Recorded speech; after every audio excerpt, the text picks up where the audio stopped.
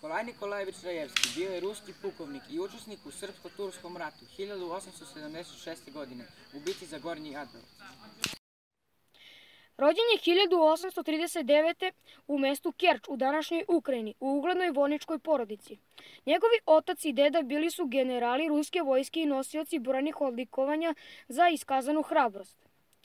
Nakon studija na Moskovskom univerzitetu, Nikolaj odlazi u Taškent, a potom i u specijalnu misiju na Balkan, kome će po prvi put posetiti Srbiju.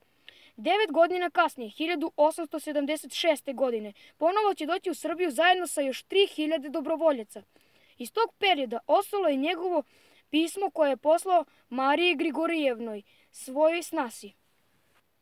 Ovde sam već 3 nedelje.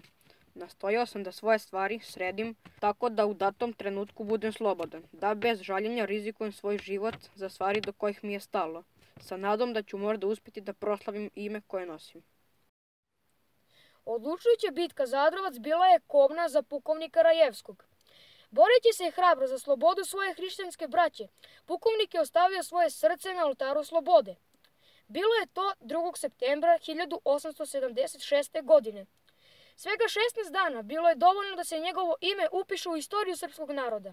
Pukovnik Rajevski poslužio je ruskom piscu Lavu Tolstoju kao model za lik grofa Vronskog u njegovom romanu Ana Karenjina, čime je ova stranica srpske istorije poslužila za epilog ovog poznatog romana. Bilo je podne oko 20. avgusta 1876. kada su Turci napali Gornjeadrovačko utvrđenje. General Černjajev i drugi oficiri bili su utučeni kada je velika vojska Osmanlija krenula na Adrovac. Kroz 5 sati donesu Černjajevu jednu cedulju u kojoj komandir baterije poručnik Šamanović piše: "Javljam pokorno da je pukovnik Rajevski ovog časa poginuo blizu moje baterije od neprijateljskog puščanog zrna koje ga je pogodilo."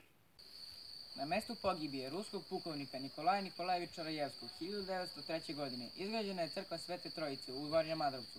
Kao nepokretno kulturno dobro ima status spomenika kulture. Izgradnju crkve finansirala je njegova majka.